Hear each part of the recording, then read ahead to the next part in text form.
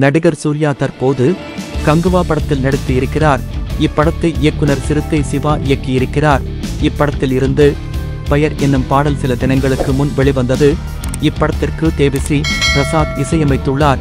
இத்திரைப்படம் 38 மொழிகளில் 3D மற்றும் ஐமேக்ஸ் தொழில்நுட்பத்தில் பானிந்தியா படமாக வெளியாக உள்ளது.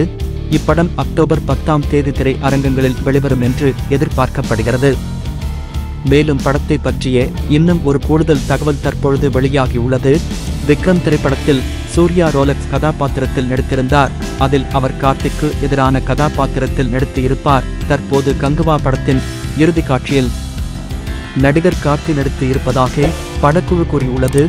இருவரையும் இணைந்து ஒன்றாக திரையில் காண ரசிகர்கள் மிக ஆர்வமாக இருக்கின்றனர்.